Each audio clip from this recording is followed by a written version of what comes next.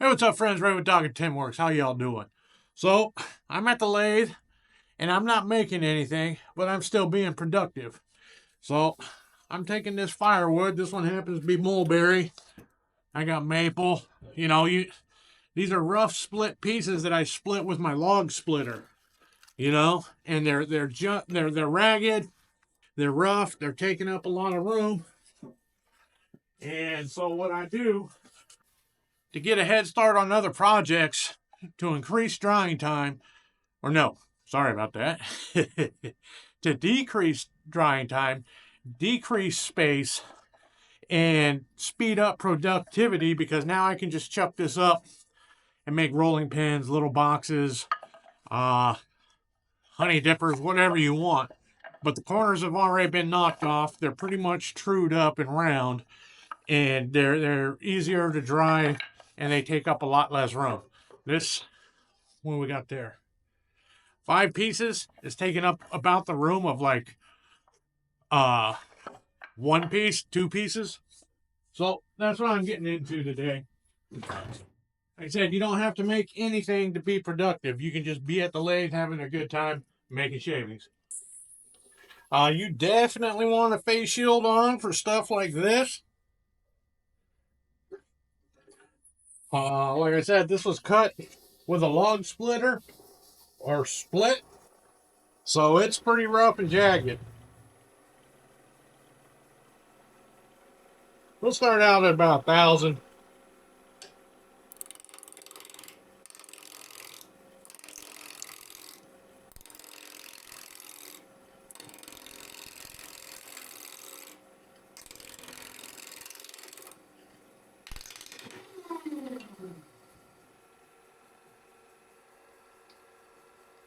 And that's why we use a stab center too.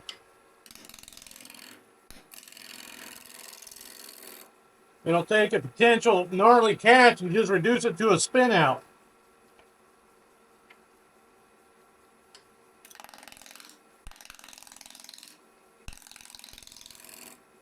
Something's ready to fly off.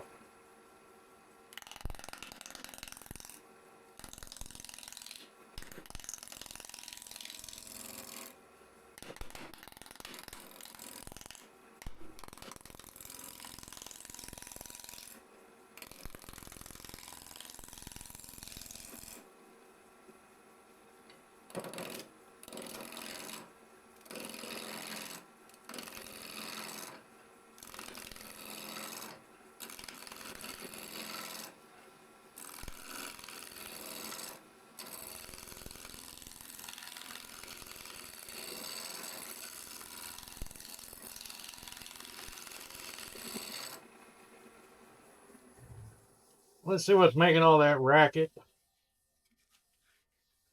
Oh, this. That ain't too good. That's really going to reduce the diameter of this piece, but what can you do? All right, now we can pick it up. 1,300 or so. A little bit closer to the piece.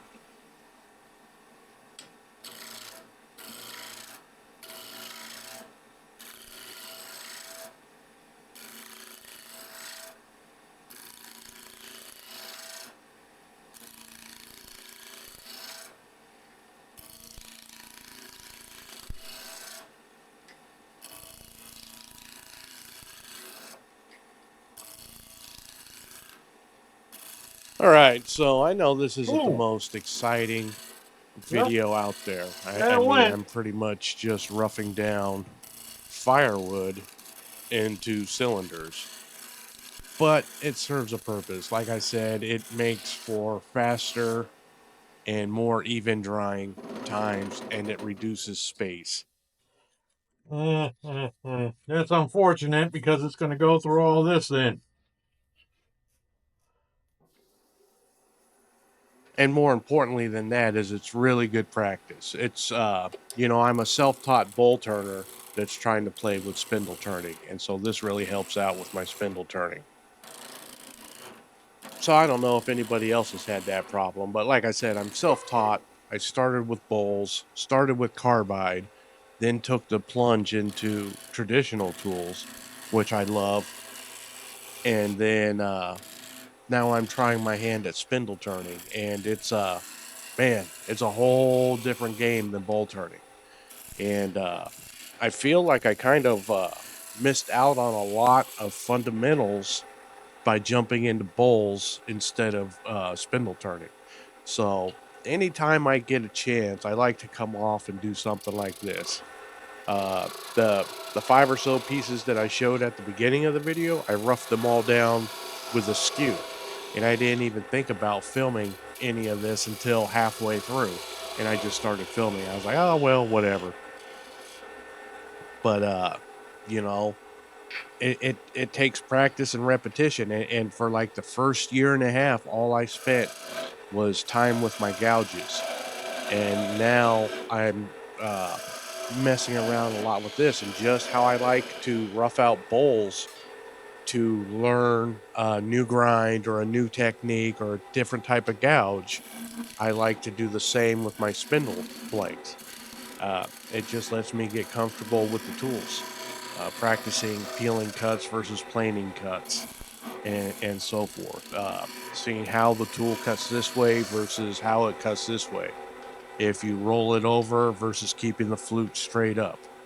So I find this very beneficial and very therapeutic because it's stress free. I'm not doing a project. I'm not worried about the end result. I'm just kind of truing it up and letting it dry faster and just having fun and you know, having fun and putting the tool in the wood. I don't know what else to say. It's Oh, therapeutic. oh It man. a good day or any day at the lathe is a good day. Depends on it. It doesn't matter what you get done.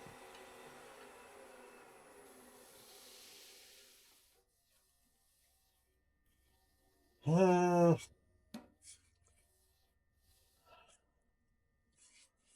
mulberry, mulberry. See, so if you aren't familiar with mulberry, this is what it looks like when it kind of gets hit by the UV and starts to dry out. It turns a dark, dark brown. But when it's fresh cut, it's this canary yellow, and then it's actually white on the sapwood.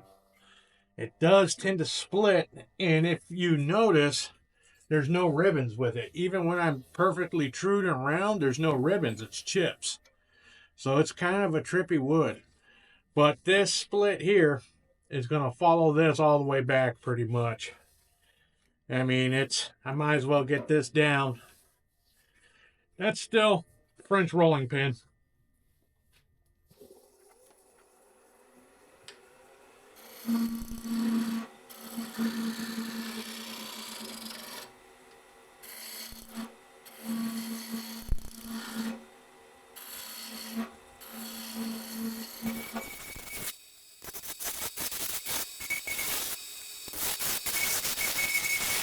No matter how even I try, I cannot get a ribbon.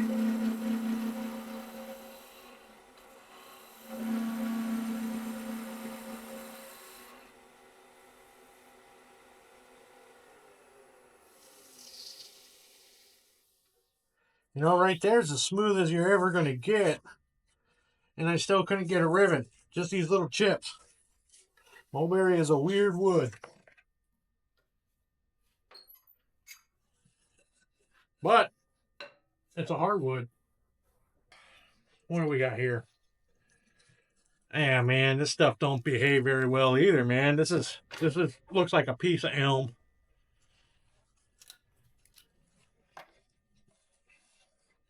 Kind of is what it is.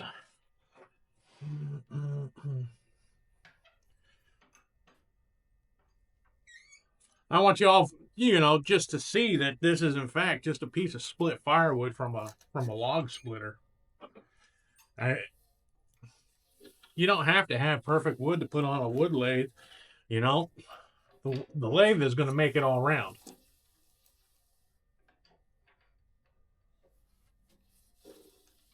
A lot of people fret over having a perfectly square or a round blank to start with. I just start.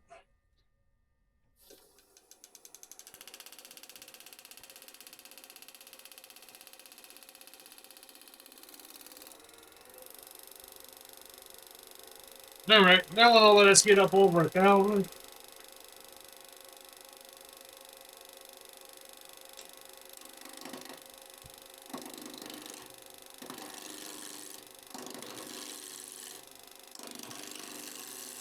Okay, see, so now I split and sell firewood. It's kind of a just a little side hustle for me and my son to put some money in his pocket and to teach him some responsibility.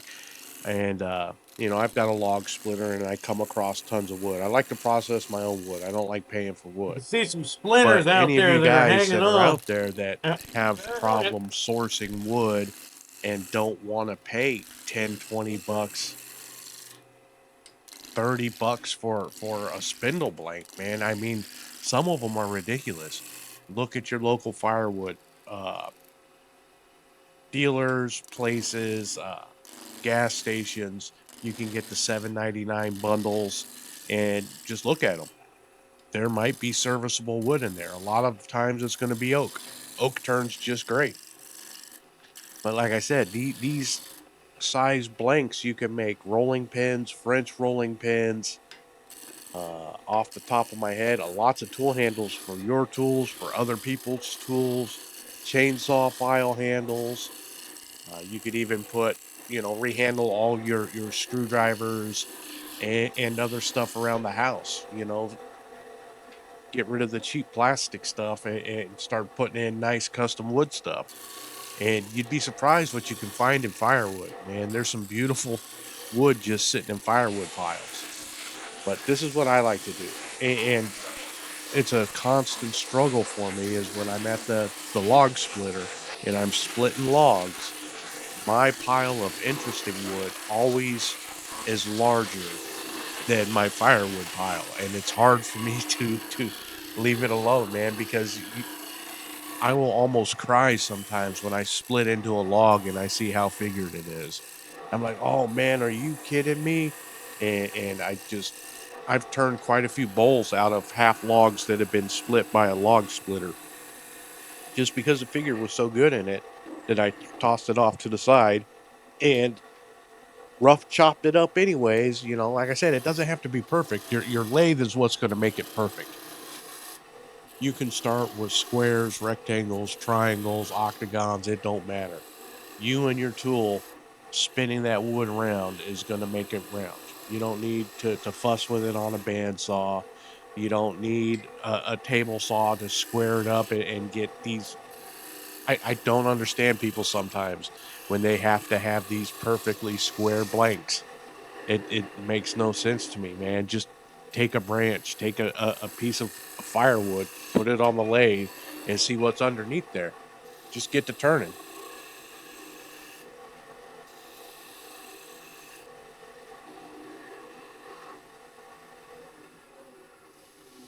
Nope, there's a flat. Mm-mm-mm-mm. That stuff just does not behave, man. I tried to make honey dippers out of it.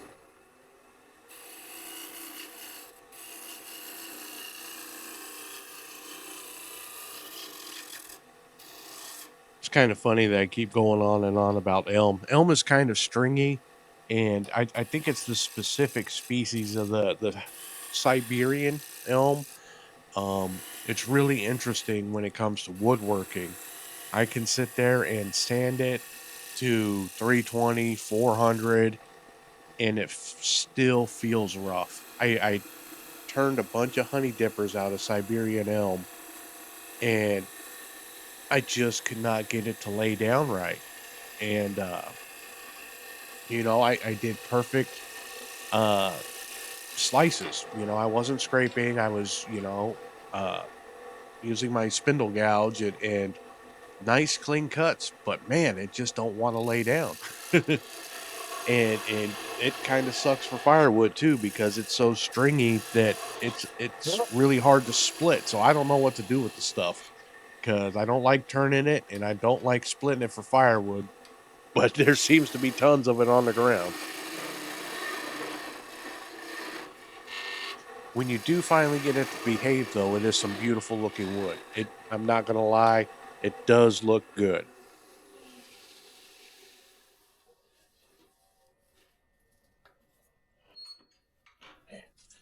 Let's see if we can't get a piece of maple to behave a little bit better. Man, if we get this guy to behave, it'll be a nice piece of wood.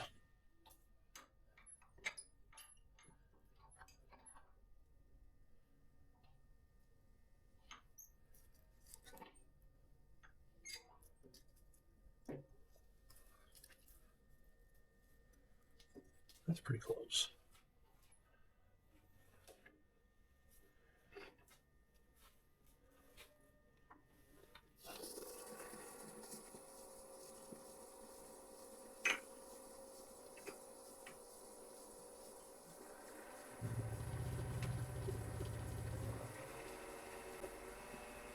All right.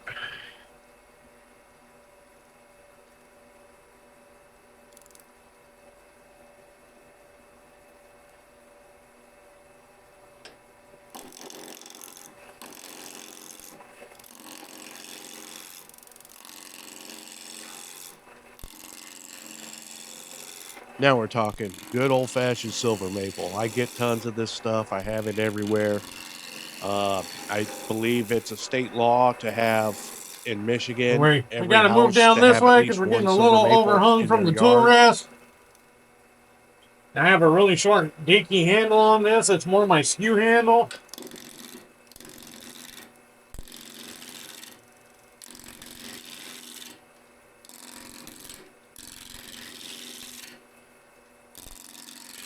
Yeah, it is a ridiculously small tool handle for a larger roughing gouge like that. I I bought a couple of tools from D-Way Tools. I bought a big skew, and I bought this roughing gouge, but I only bought one handle, and I bought the short one because I figured the short handle would be good for skew work. I've later since mounted this tool into a Stuart Batty bolster, and I can put it in a long, like 30-inch handle and really just lay into stuff with it now. But getting back to silver maple, yeah, I got tons of it everywhere. It's not as hard as hard maple. Hard maple does make much better tool handles and mallets and rough and tumble type tools. But the figure that I get out of a lot of the soft maple around here in Michigan is fantastic. Beautiful stuff.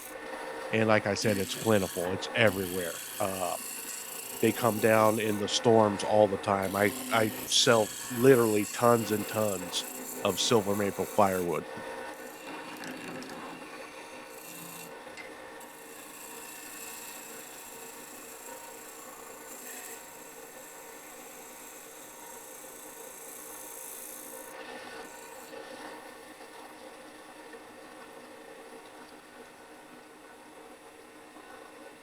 Maple behaves way much better. So much better.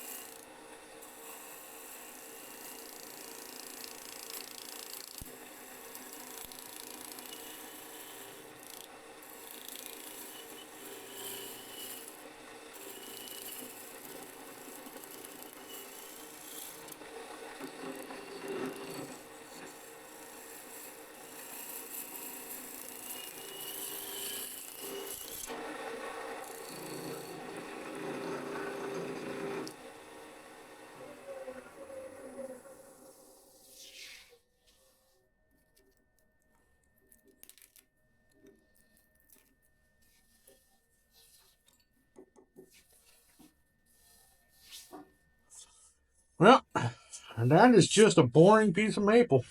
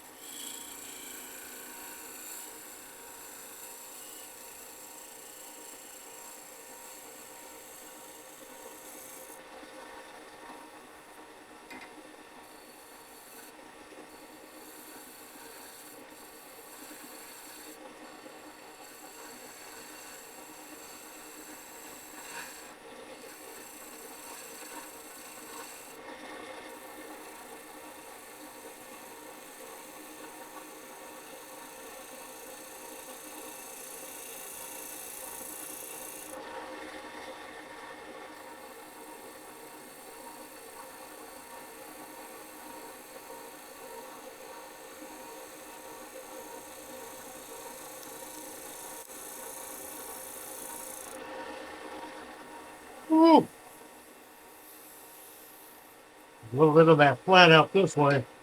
Sometimes it's just fun.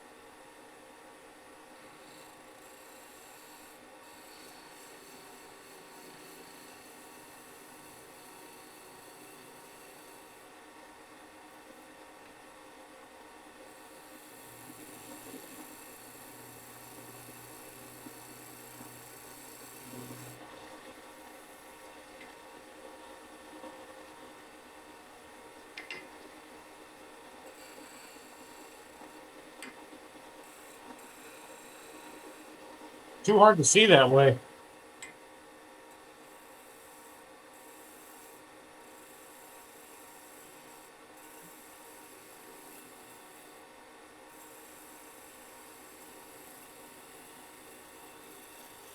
Oh!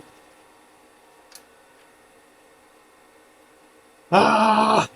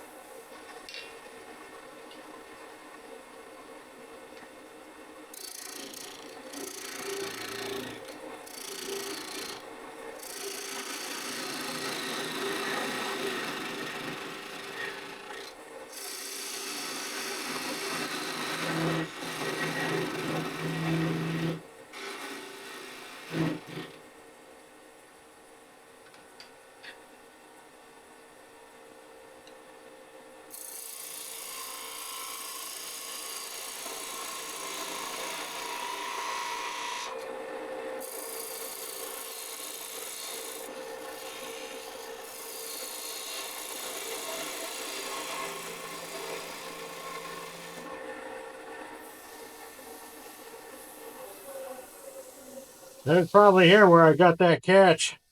Yep. The taper doesn't bother me because I could do like a mallet with it or something. You know, have the head up here and the handle down here. Or just, you know, do a rolling pin or boxes. So like if there's a bad taper in it, I'm not going to even it out because that's a box and then that's another box of a different, diameter or whatever and whatnot. There's no point on just wasting away all that material. Yeah, that's a nice piece of maple.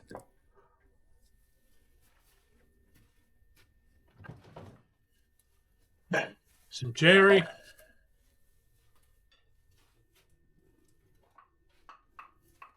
I don't know about this elm, man. Nice little piece of walnut with some sapwood.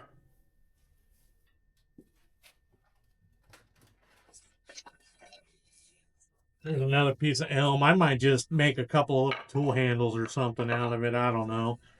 There's that mulberry and another piece of silver maple. So, you know, it's not the most gloried project, but you know, it served its purpose. I stayed busy, got some practices, recovered from a nasty drop off the tool rest combo catch, and then the centers are marked, and it can just be chucked up.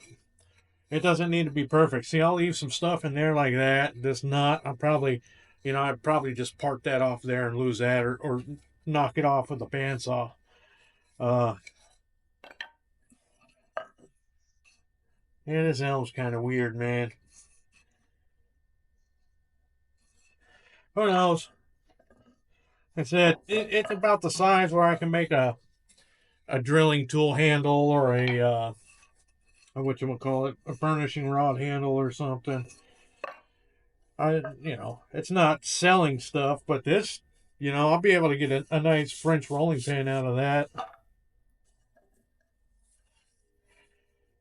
The same with that. I love cherry. Absolutely love it. All right, friends.